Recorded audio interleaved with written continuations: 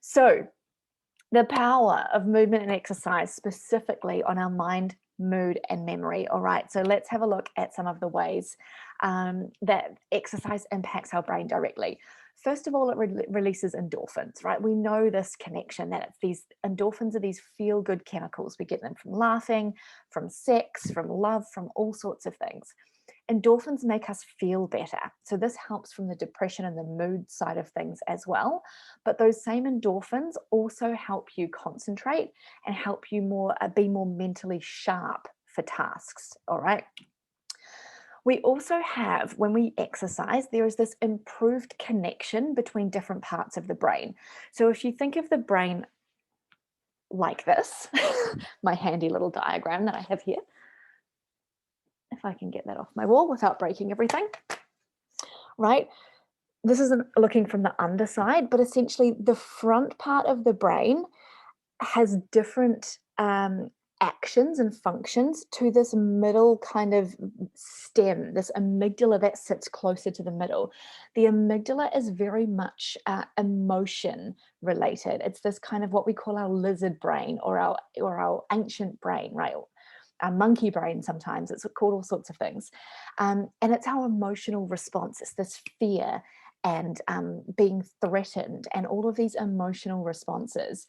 Those can sometimes hijack us, right? Those hijack our emotions and our actions in modern day, even though we don't really have a lot of, the same things to be afraid of. Our brains were developed in times when fear needed to save us.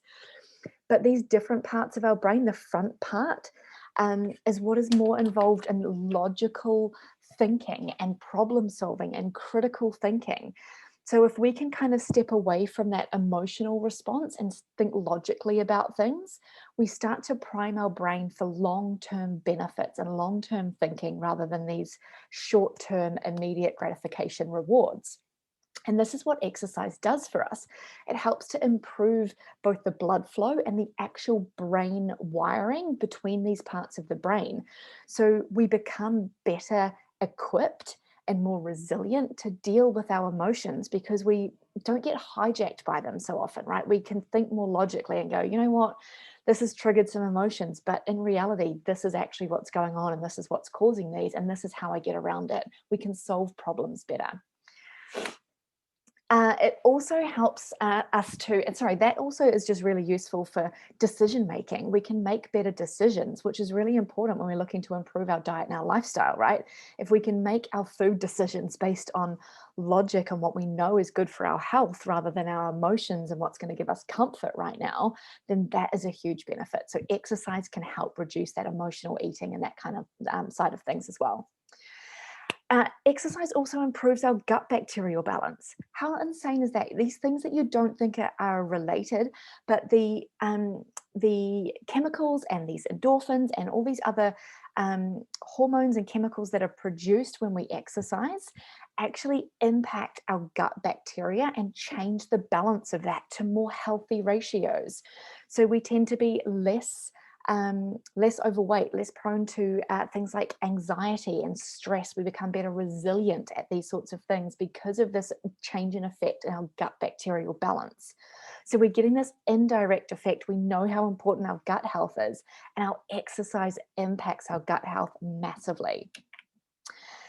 Exercise also improves blood flow, right? And I mentioned that improves those connections, but it also improves the blood flow around the brain. So better function of our brain, better nutrient delivery. We can actually get these nutrients and minerals and vitamins and antioxidants to the different parts of our brain that need it, and remove the toxins from there as well. This waste flow is improved, so we can clear out these toxins much, much easier when blood flow is improved.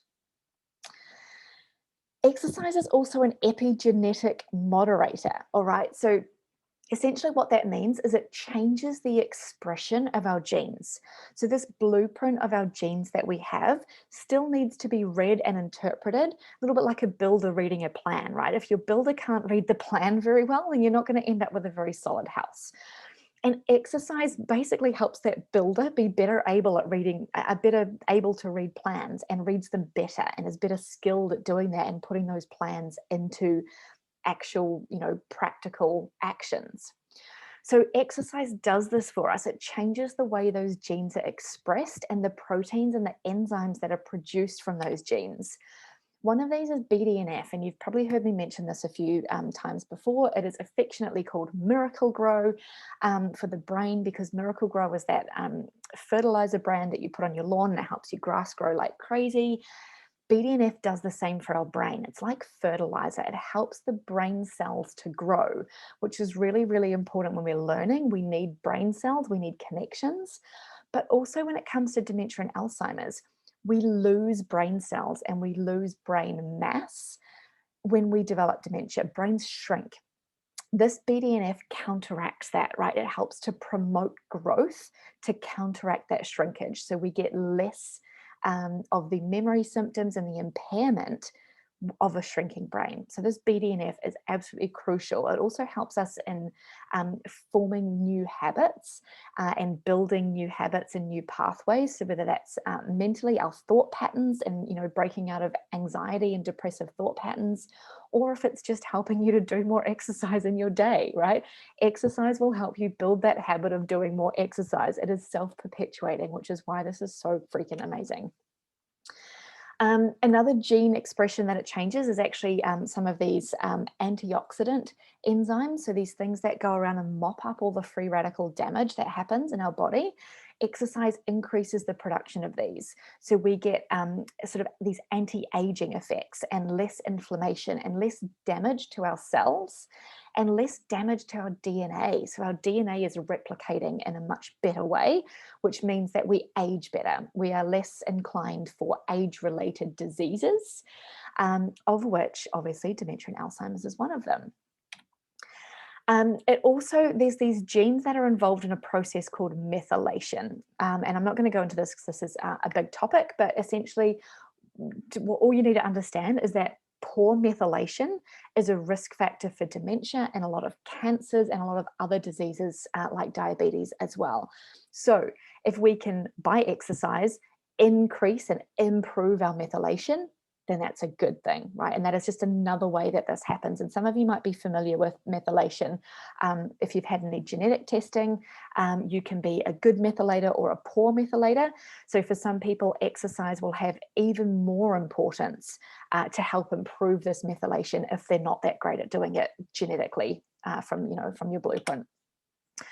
What else? It can be anti-inflammatory, all right? So when exercise is overdone, so people that perhaps overdo it or don't compensate enough in the right way, don't take enough rest days, it can be inflammatory. But in more moderate doses or more vigorous exercise with adequate breaks and recovery in between, overall, the effect of exercise is anti-inflammatory for all those reasons that we just talked about, right? Antioxidant, helping to improve your DNA, improving the gut health, all of these things, all right, make it anti-inflammatory effect overall. The vascular component, right? So we talked about the blood flow in the brain. There's also a vascular component in many dementias. So this impaired blood flow in the brain is an underlying factor or an underlying driver of dementia. So we know that exercise gets our heart pumping. We know that it improves our risk of cardiovascular disease and heart attacks and things like that. And that's because it improves the health of those blood vessels. And if it's working and doing that in the body, it's doing that in the brain as well. All right. So the brain blood vessels work better when we have exercise in there. And there's this sort of little saying in the brain health world is what's good for the heart is good for the brain. So exercise we know is good for the heart and we know it is good for the brain too. Part of this is to do with the blood-brain barrier. Now, if you haven't heard me talk about this, I do have a video topic on this. I will link to it as well if you want to learn more about the blood-brain barrier and how important it is. But essentially, it is what it says it is. It is the barrier between your blood and your brain. And this is where we kind of let things in and out. And a little bit like we can get leaky gut, where things get through that shouldn't get through, we can get leaky blood-brain barrier as well. So things get through into the brain that shouldn't. Exercise reduces this, right? It improves the integrity of that blood-brain barrier. Blood-brain barrier leakiness is a precursor to dementia in a large amount of cases, all right? I was going to say almost all, maybe that's a little bit exaggerating slightly, but a large amount of cases, they're almost saying that identifying this blood-brain barrier leakiness could be an early indicator of dementia. All right, so this is a crucial step that happens before dementia develops. If we can stop that leakiness, then we can stop the progression into dementia. Exercise can do that, right? That powerful.